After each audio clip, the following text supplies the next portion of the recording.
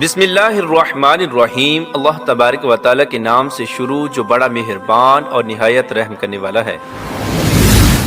مصر کی تاریخ کا ایک ایسا بدبخت بادشاہ کہ جس نے اپنی سلطنت کو بچانے کے لیے ہزاروں معصوم بچوں کا قتل عام کیا۔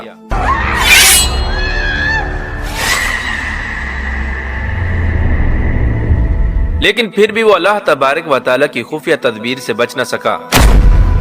آخر کار اللہ تبارک و تعالیٰ کا حکم فرعون پر غالب آ گیا اور خدائی کا دعویٰ کرنے والے فرعون کو اللہ تبارک و تعالیٰ نے صفحہ ہستی سے مٹا دیا اور اس کو رہتی دنیا کے لیے عبرت کا نشان بنا دیا۔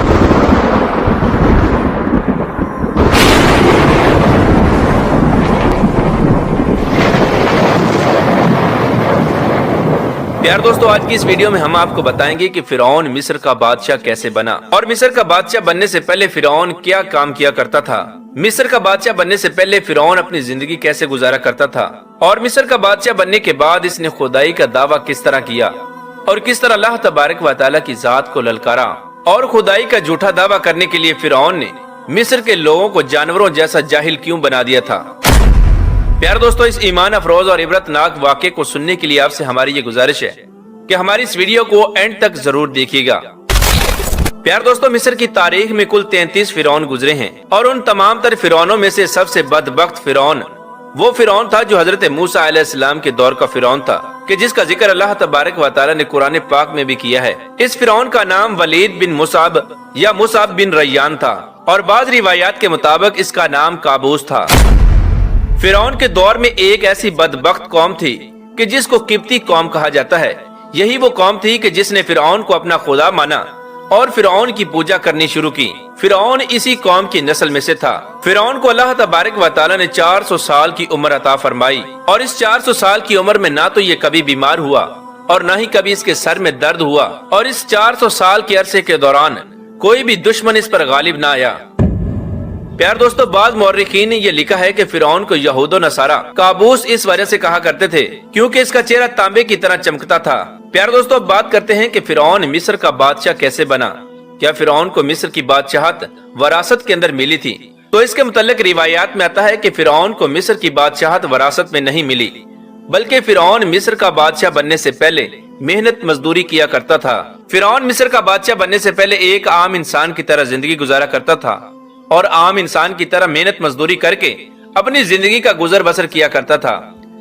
ایک دن فرعون اس محنت مزدوری سے تنگ آ گیا اور بازار کی طرف نکل پڑا۔ وہاں پر اس کی ملاقات ایک شخص سے ہوئی جس کا نام تاریخ میں حامان کے نام سے ملتا ہے۔ دیکھتے ہی دیکھتے فرعون اور حامان کی ملاقات دوستی میں بدل گئی۔ چنانچہ اس وقت یہ دونوں بدبخت کام کی تلاش کے لیے شہر کی طرف روانہ ہو گئے اور ان دنوں میں مصر کے شہر میں خربوزے کی خرید و فروخت اور بعض روایات کے مطابق تربوز کی خرید و فروخت کا کام عروج پر تھا۔ اس طرح یہ دونوں بدبخت فرعون اور حامان ایک خربوزے والے کے پاس گئے اور اس سے کام مانگنے لگے۔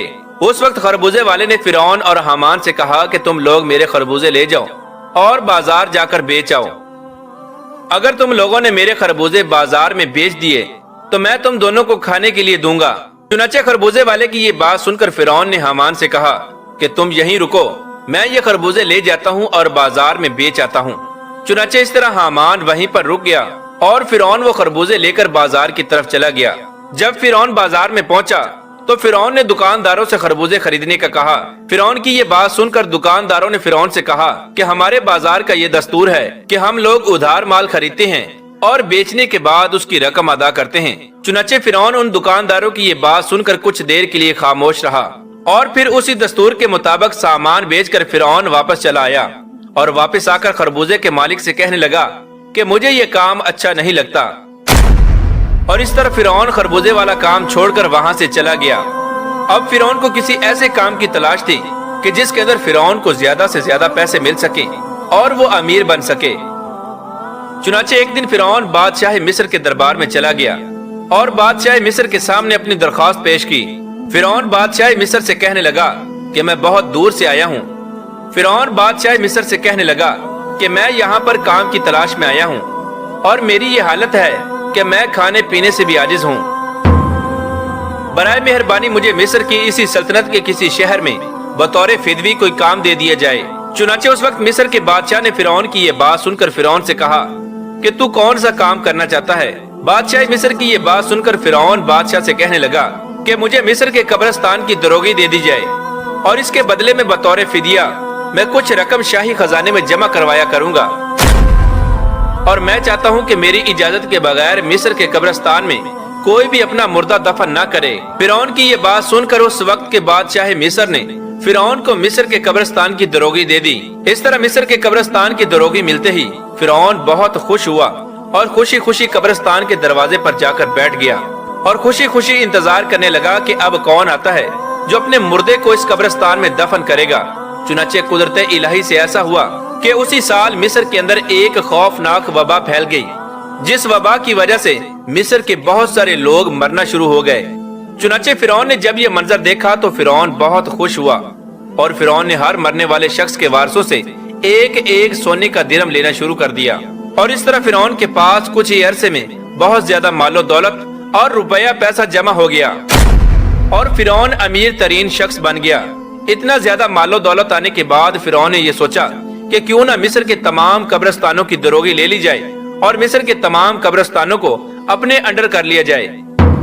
چنانچہ فرعون نے ایسا کرنے کے لیے مقربان بادشاہ کے لوگوں کو کچھ پیسے دیے اور مصر کے تمام قبرستانوں کی دروگی حاصل کر لی۔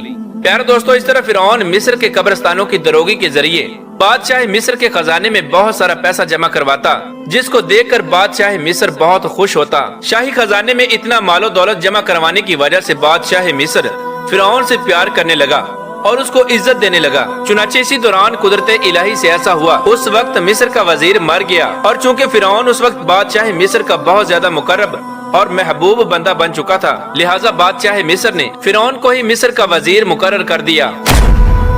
اس طرح فرعون کو اقتدار ملتے ہی فرعون اپنے اقتدار کے نشے میں بدمست ہو گیا، اور اقتدار کے نشے میں بدمست ہو کر فرعون نے اپنے دوست حامان کو اپنے پاس بلا لیا۔ اس طرح فرعون کا دوست حامان جب فرعون کے پاس آیا تو فرعون حامان سے کہنے لگا کہ میں یہ چاہتا ہوں کہ میں خدائی کا دعویٰ کروں اور تمام مصر کے لوگ میری عبادت کریں اور میری پوجا کریں اور مجھ کو اپنا سب سے بڑا خدا مانیں۔ فرعون کی یہ بات سن کر حامان ایک دم حیران ہو گیا، اور کچھ دیر سوچنے کے بعد حامان فرعون سے کہنے لگا کہ اگر تو ایسا کرنا چاہتا ہے تو سب سے پہلے مصر کے تمام لوگوں کو اپنے ہاتھ میں لے لے اور ان کے دل میں اپنی جگہ بنا اور ان کے دل میں اپنی محبت پیدا کر۔ چنانچہ حامان کی یہ بات سن کر فرعون حامان سے کہنے لگا کہ ایسا کرنے کے لیے ہمیں کیا کرنا چاہیے اور کس طرح ہم مصر کے لوگوں کے دلوں میں اپنی جگہ بنا سکتے ہیں، کیونکہ اس وقت مصر کے زیادہ تر لوگ حضرت یعقوب علیہ السلام اور حضرت یوسف علیہ السلام کے دین پر تھے۔